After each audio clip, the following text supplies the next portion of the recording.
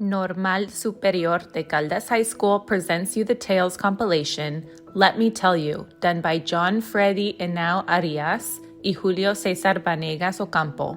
Audio adaptation by Kalina Swanson. The Selfish Fairy by Paulina Ruiz.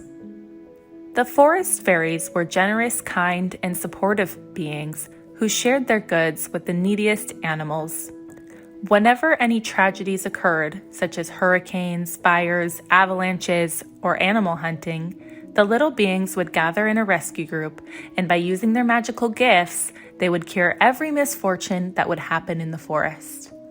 Because of their great help and their incredible beauty, the fairies were venerated and worshipped by every animal in the forest. However, Selina, one of the younger fairies, disagreed with the way of life of her people. Being creatures of pure magic and beauty, of intelligence and cleverness, she wondered why the fairies should serve as inferior beings. Our purpose in life is to rule, not to help, she often complained to her colleagues. Not once in her short life had she used the gifts for the common welfare. Being one of the most beautiful and powerful fairies, she believed that her duty was not to exist for others, but to exist for herself. If someone fell in front of her in the mud and stained her dress made of laurels, she would scream and wipe herself clean instead of helping. If someone dared to give a suggestion to improve her behavior, she would get upset, scream like a baby fairy, and throw what she had in her hands to the ground because she could not stand a single criticism. If someone asked for help, she would laugh out loud and say with contempt, "You can do it alone. Why do you have hands? Why do you have feet? I don't help anyone. You are just a lazy person looking for whoever will do your job."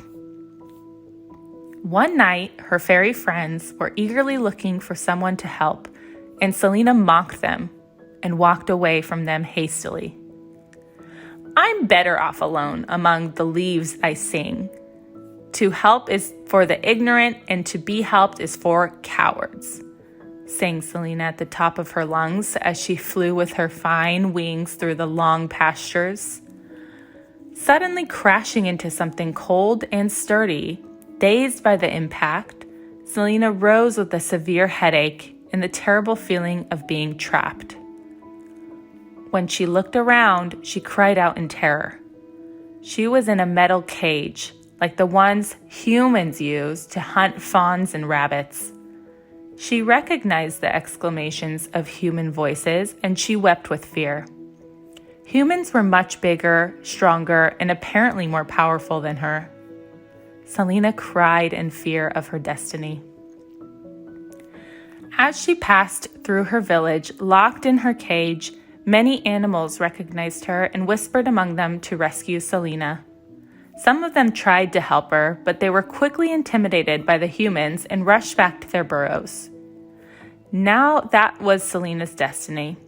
She had understood that she would die alone without any help. In tears, she realized her mistakes and regretted that she'd never helped others in her life. When she thought she would no longer have salvation, a herd of animals of all species rushed towards her, led by her fellow fairies. Selina smiled in surprise as she saw how her heroes faced the humans without fear and how they freed her. Everyone approached her to ensure her well-being and safety. "Why did you help me if I was being so mean to you?" "Everyone needs second chances, Selina, and helping means looking out for the welfare and safety of others without expecting something back," said one of her fairy friends. "The most important thing is that you're okay." Grateful for the rescue, she promised to help those in need and to be kinder, more generous, and more supportive.